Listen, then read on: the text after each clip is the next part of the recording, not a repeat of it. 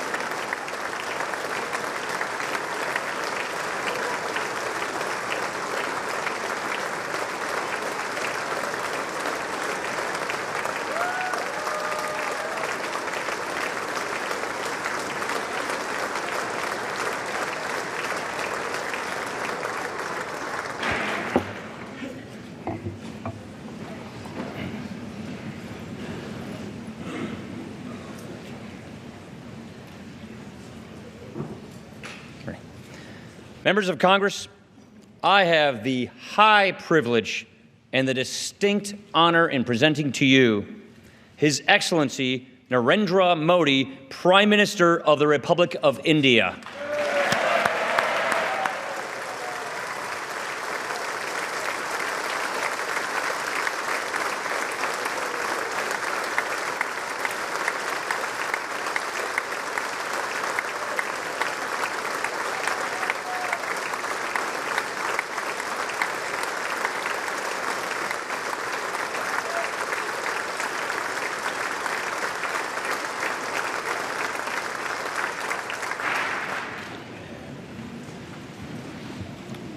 Mr. Speaker,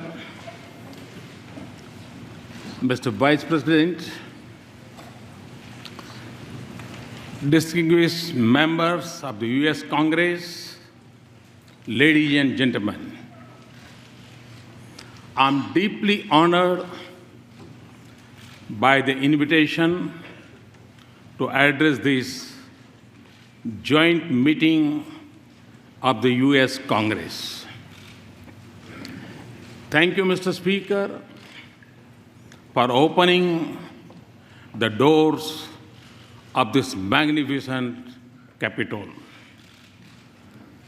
This temple of democracy has encouraged and empowered other democracies the world over.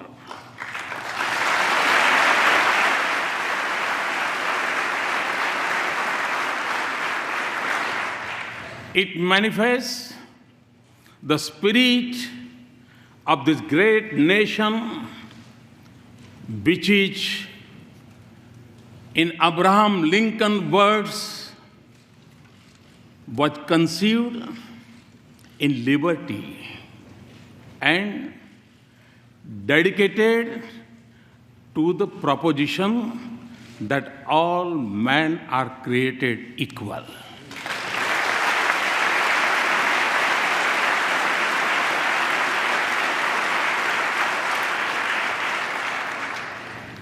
In granting me this opportunity, you have honored the world's largest democracy and its 1.25 billion people.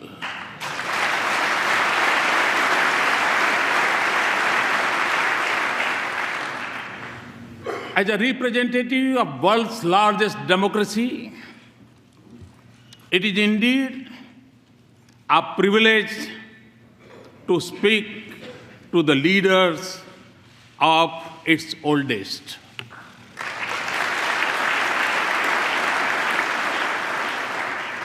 Mr. Speaker, 2 days ago, I began my visit by going to the Arlington National Cemetery, the final resting place of many brave soldiers of this great land.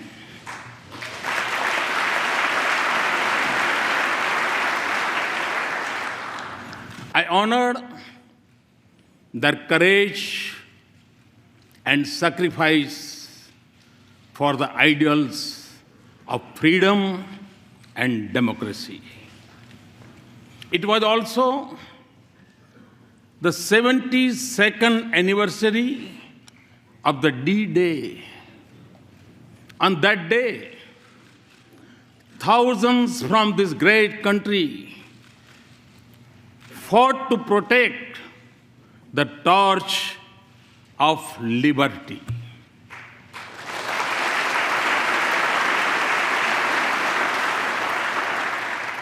They sacrificed their lives so that the world lives in freedom. I applaud, India applauds the great sacrifices of the men and women from the land of the free and the home of the brave in service of mankind.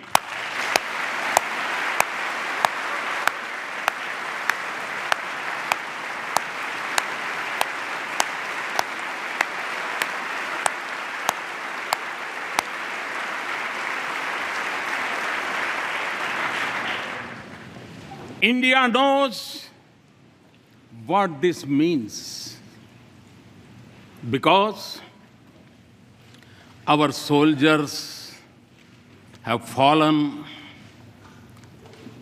in distant battlefields for the same ideals. That is why the threads of freedom and liberty from a strong bond between our two democracies. Mr. Speaker, our nations may have been shaped by diverse histories, cultures, and faiths. Yet, our belief in democracy for our nations and liberty for our countrymen is common. The idea that all citizens are created equal is a central pillar of the American Constitution. Our founding fathers too shared the same belief and sought individual liberty for every citizen of India.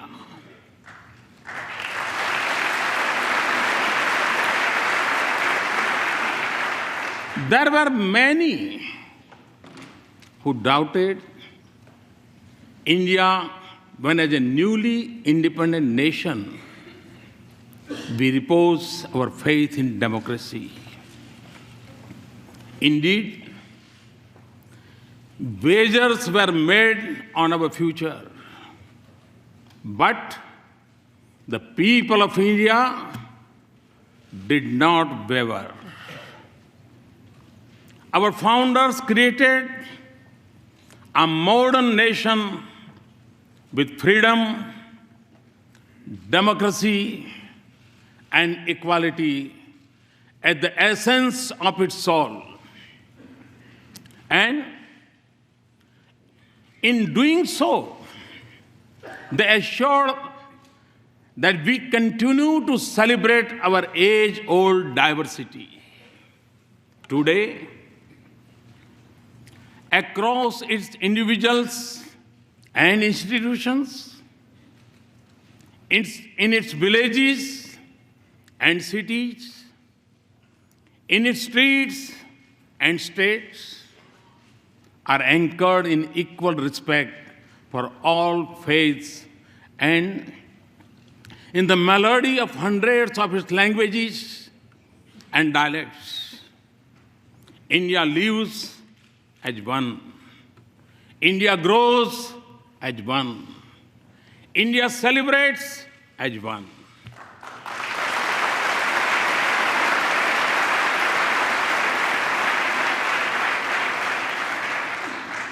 Mr. Speaker, modern India is in its 70th year. For my government, the Constitution is its real holy book. And in that holy book, freedom of faith, speech, and franchise, and equality of all citizens, regardless of background, are enshrined as fundamental rights.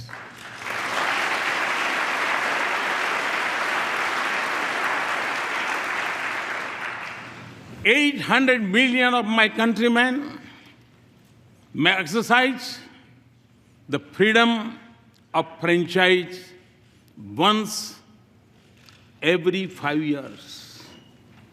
But all the 1.25 billion of our citizens have freedom from fear, a freedom they exercise every moment of their lives.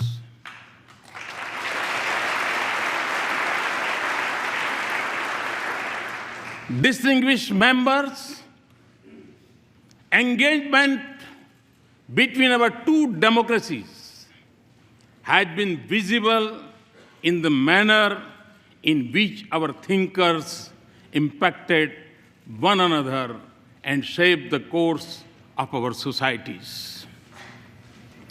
Thoreau's idea of civil disobedience influenced our political thoughts. And similarly, the call by the great sage of India, Swami Vivekananda, to embrace humanity was most famously delivered in Chicago.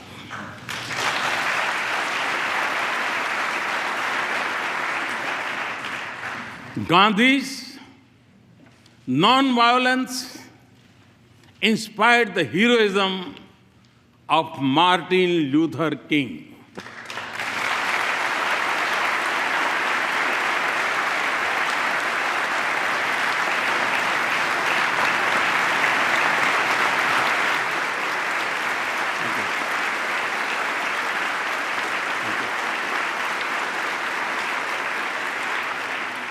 Today, a mere distance of 3 miles separates the Martin Luther King Memorial at Tidal Basin from the statue of Gandhi at Massachusetts Avenue.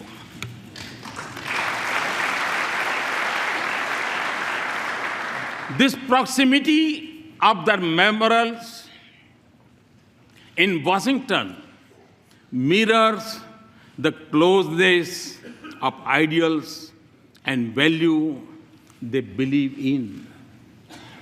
The genius of Dr. Bhimrao Babasaheb Ambedkar was nurtured in the years he spent at the Columbia University a century ago.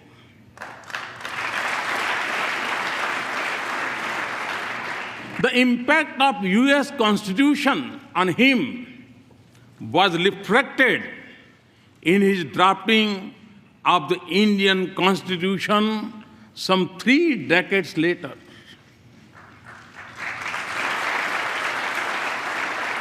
Our independence was ignited by the same idealism that fueled your struggle for freedom.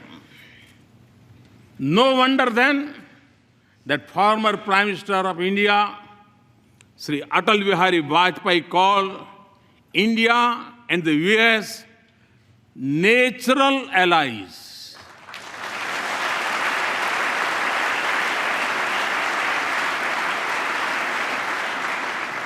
No wonder that the shared ideals and common philosophy of freedom shape the bedrock of our ties. No wonder then that President Obama has called our ties the defining partnership of the 21st century.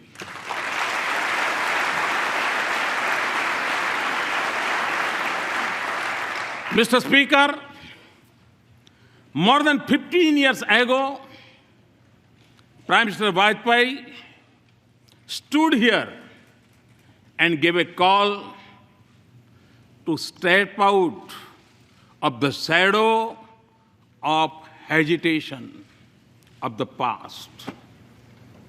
The pages of our friendship since then tell a remarkable story.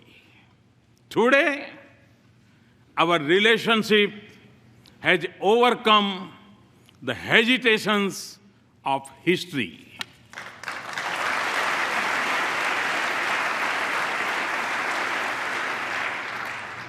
Comfort, candor, and convergence define our conversations. Through the cycle of elections and transitions of administration, the intensity of our engagements has only grown. And in this exciting journey, the US Congress has acted as its compass. You have helped us turn barriers into bridges of partnership.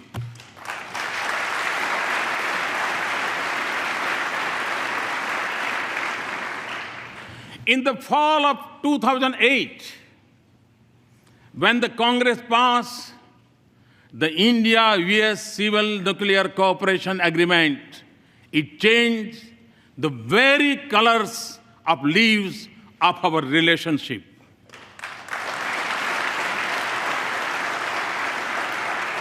We thank you for being there when the partnership needed you the most. You have also stood by us in times of sorrow.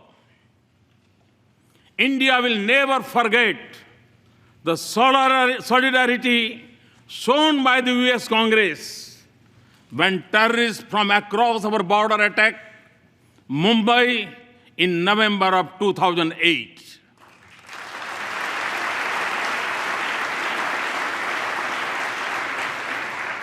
And for this, we are grateful.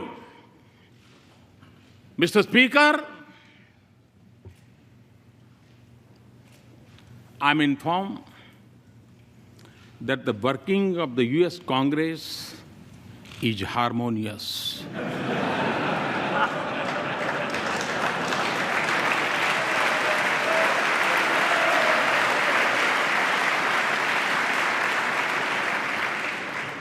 I'm also told that you are well known for your bipartisanship.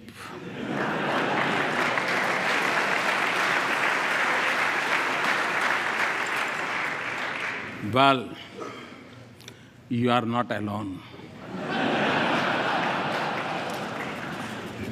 Time and again, I have also witnessed a similar spirit in the Indian Parliament.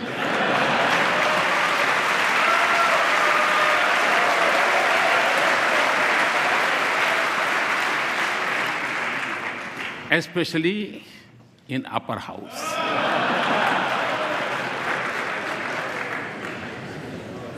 So, as you can see, we have many shared practices. Mr. Speaker, as this country knows well, every journey has its pioneers. Very early on, they shaped a development partnership, even when our meeting ground was more limited. The genius of Norman Borlaug brought the Green Revolution and food security to my country.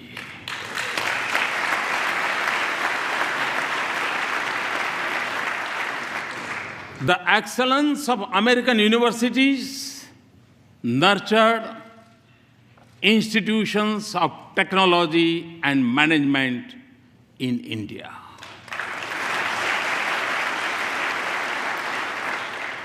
And I could go on, but fast forward to the present.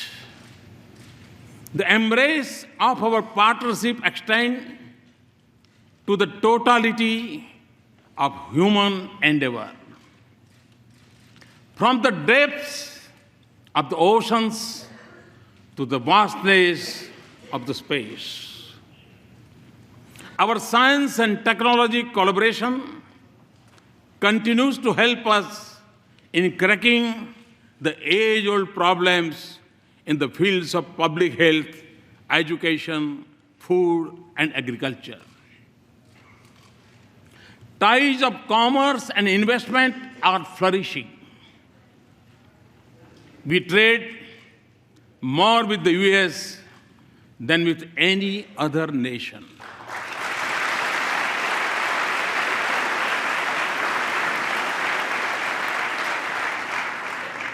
And the flow of goods, services, and capital between us generates jobs in both our societies.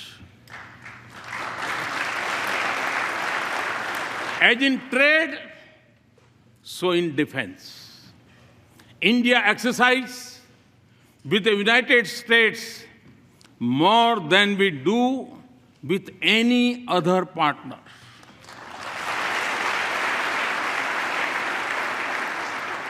Defense purchases have moved from almost zero to $10 billion in less than a decade.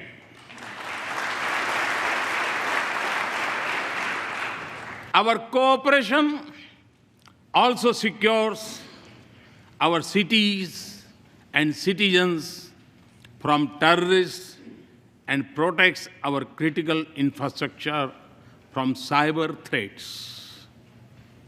Civil nuclear cooperation, as I told President Obama yesterday, is a reality. Mr. Speaker, our people-to-people links are strong, and there is a close cultural connect between our societies. Siri, you are familiar with the Siri. Siri tells us that India's ancient heritage of yoga has over 30 million practitioners in the US.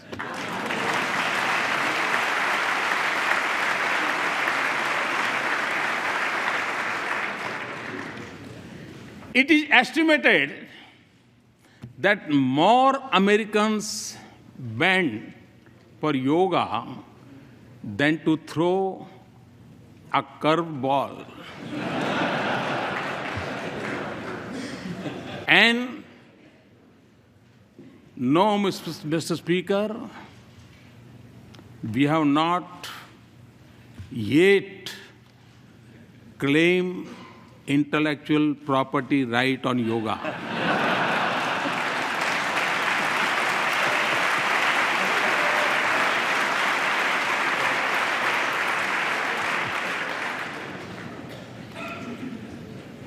Connecting our two nations is also a unique and dynamic bridge of 3 million Indian Americans.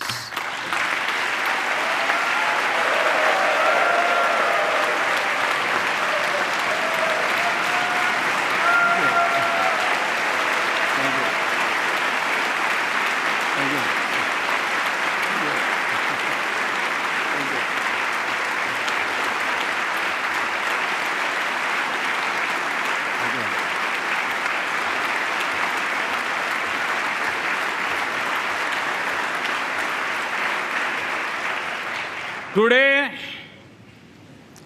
they are among your best CEOs, academics, astronauts, scientists, economists, doctors, even spelling bee champions.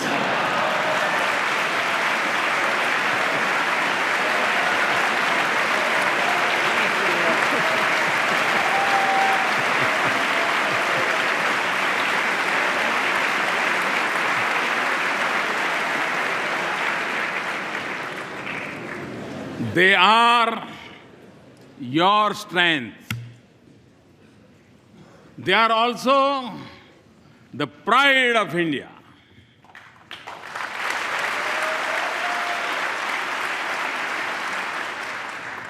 They symbolize the best of both our societies.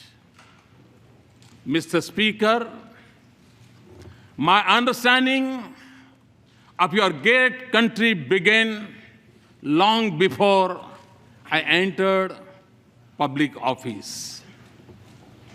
Long before assuming office, I traveled coast to coast, covering more than 25 states of America.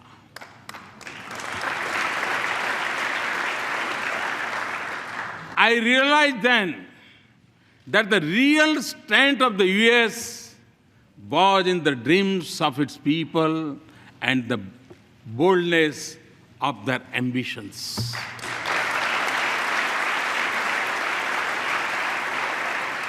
Today, Mr. Speaker, a similar spirit animates India. Over 800 million youth are especially impatient. India is undergoing a profound social and economic change. 1 billion of its citizens are already politically empowered. My dream is to economically empower them through many social and economical transformations, and do so by 2022, the 75th anniversary of India's independence. My to-do list is long and ambitious, but you will understand it includes a vibrant rural economy with a robust farm sector, a roof over each head, and electricity for all households. To skill millions of our youth, build 100 smart cities, have a broadband for 1 billion, and connect our villages to the digital world. And create a 21st century rail, road, and port infrastructure. These are not just aspirations. They are goals to be reached in a finite time frame and to be achieved with a light carbon footprint with greater emphasis on renewables.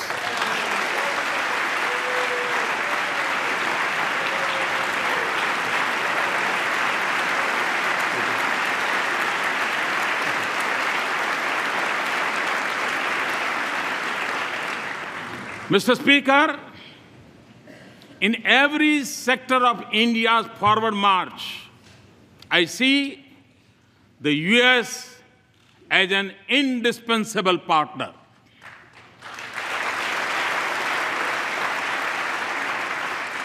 Many of you also believe that a stronger and prosperous India is in America's strategic interest.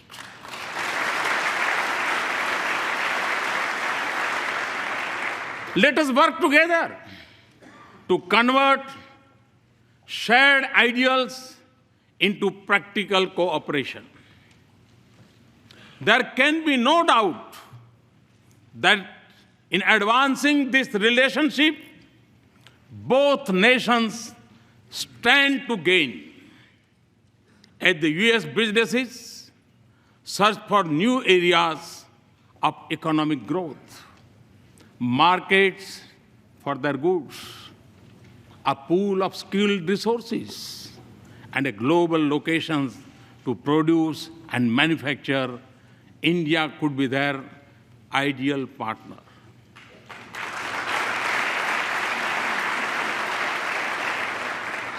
India's strong economy and growth rate of 7.6% annum is creating new opportunities for our mutual prosperity.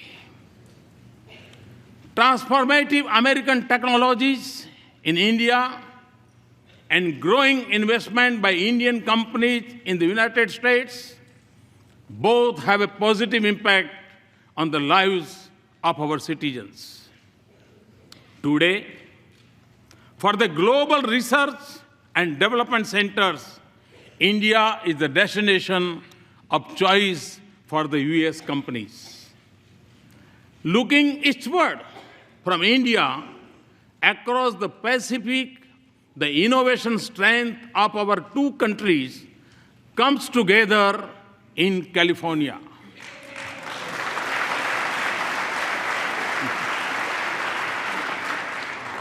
Here, the innovative genius of America and India's intellectual creativity are working to shape new industries of the future. Mr. Speaker, the 21st century has brought with it great opportunities, but it has also come with its own set of challenges. While some parts of the world are islands of growing economic prosperity, others are mired in conflicts. In Asia, the absence of an agreed security architecture creates uncertainty. Threats of terror are expanding and new challenges are emerging in cyber and outer space. And global institutions conceived in 20th century seem unable to cope with new challenges or take on new responsibilities. In this world of multiple transitions and economic opportunities, growing uncertainties and political complexities, existing threats and new challenges, our engagement can make a difference by promoting cooperation, not dominance, connectivity, not isolation, inclusive, not exclusive mechanisms, respect for global commons, and above all, for international rules and norms. India is already assuming her responsibilities in securing the Indian Ocean region. A strong India-US partnership can anchor peace, prosperity, and stability from Asia to Africa and from Indian Ocean to the Pacific.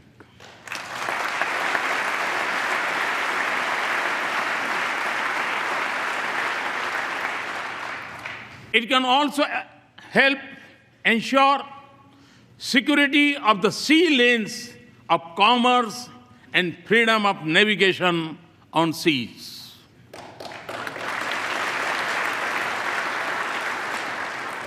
But the effectiveness of our cooperation would increase if international institutions frame with the mindset of the 20th century, where they reflect the realistic of today.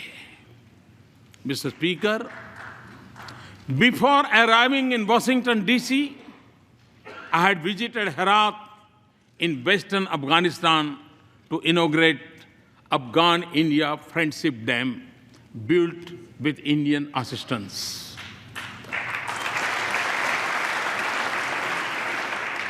I was also there on the Christmas Day last year to dedicate to that proud nation, its parliament, a testimony to our democratic ties.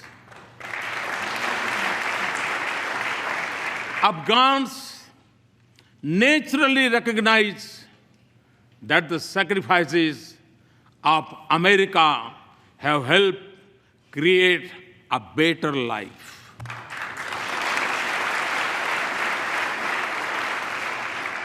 But your contribution in keeping the region safe and secure is deeply appreciated by even beyond. And India too has made an enormous contribution and sacrifices to support our friendship with Afghan people. A commitment to rebuild a peaceful and stable and prosperous Afghanistan is our shared objective. 8 distinguished members, not just in Afghanistan, but elsewhere in South Asia and globally, terrorism remains the biggest threat. In the territory, stretching from west of India's border up to Africa. It may go by different names, from Lashkar-e-Taiba to Taliban to ISIS, but its philosophy is common, of hate, murder, and violence. Although it is a shadow spreading across the world, it is incubated in India's neighborhood.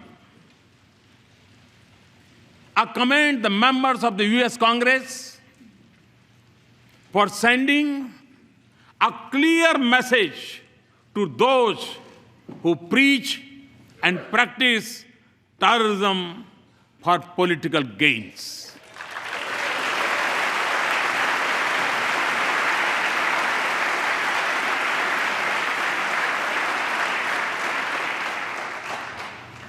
Refusing to reward them is the first step towards holding them accountable for their actions.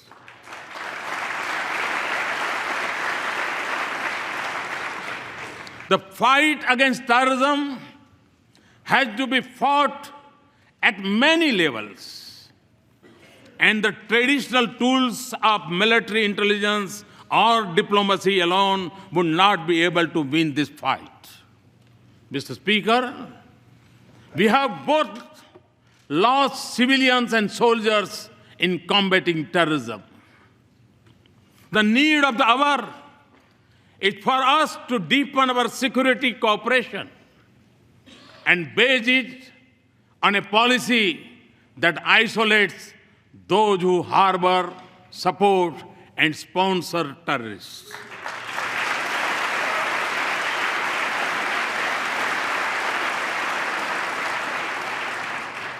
That does not distinguish between good and bad terrorists, and that delinks religion from terrorism.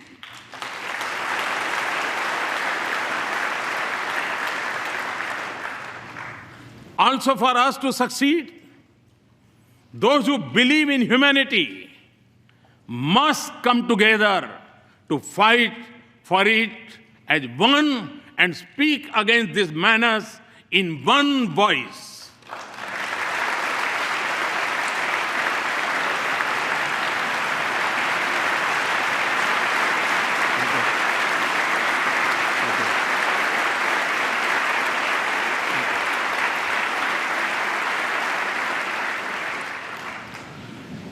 Terrorism must be delegitimized.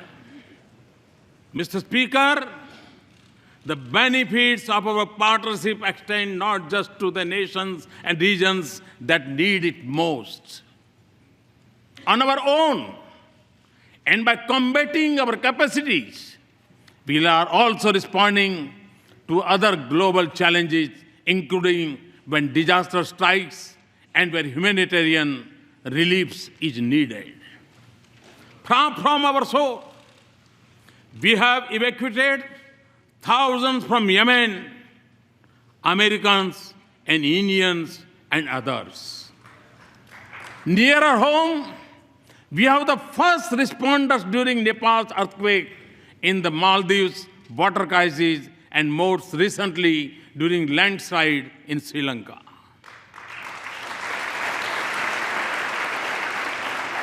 We are also one of the largest contributors of troops to UN peacekeeping operations.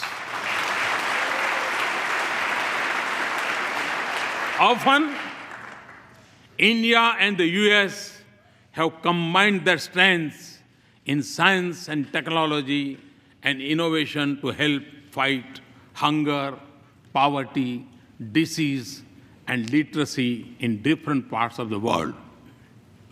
The success of our partnership is also opening up new opportunities for learning, security, and development from Asia to Africa.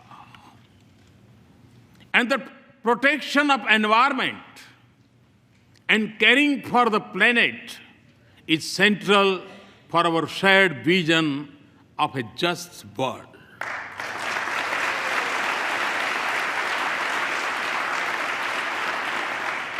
For us in India, to live in harmony with Mother Earth is a part of our ancient belief.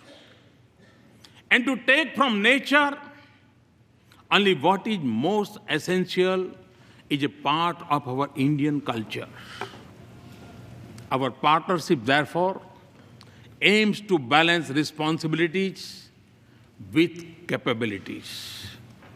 And it also focuses on new ways to increase the availability and use of renewable energy.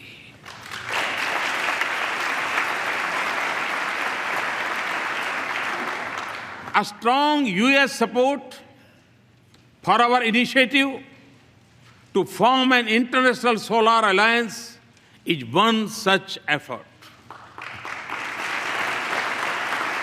We are working together not just for better future for ourselves, but for the whole world. This has also been the goal of our efforts in G20, East Asia Summit, and climate change summits.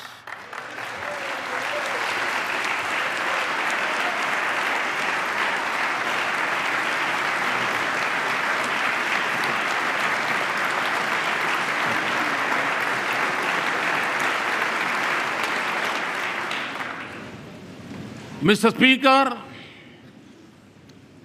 as we deepen our partnership, there will be times when we would have differing perspectives.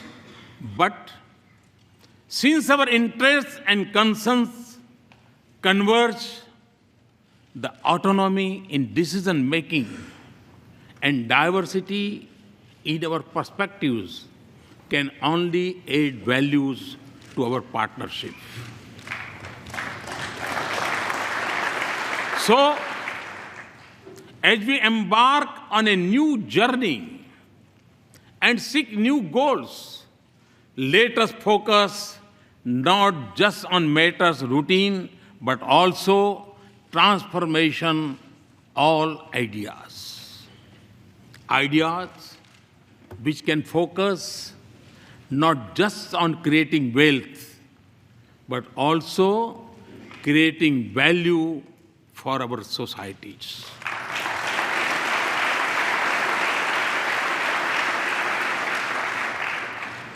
Not just on immediate gains, but also long-term benefits. Not just on sharing best practices, but also shaping partnerships, and not just on building a bright future for our people, but in being a bridge to a more united, human, and prosperous world.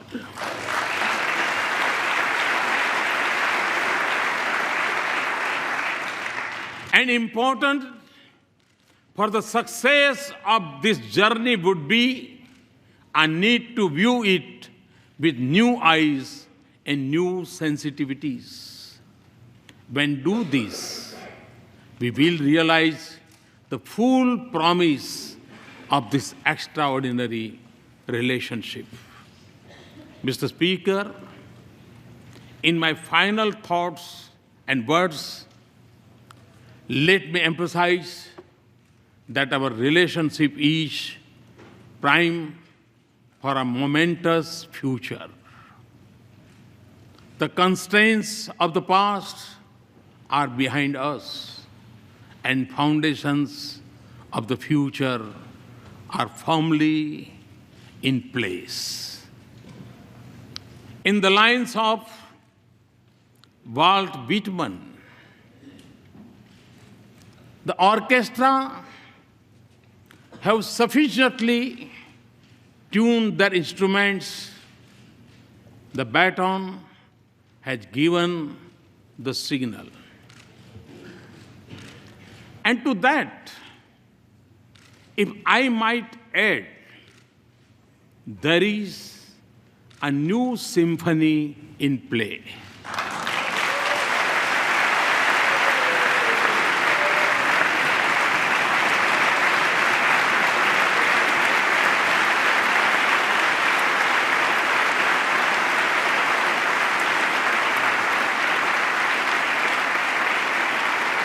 Thank you, Mr. Speaker and Mr. Vice President, distinguished members, for this honor. Thank you. Thank you very much. Thanks a lot.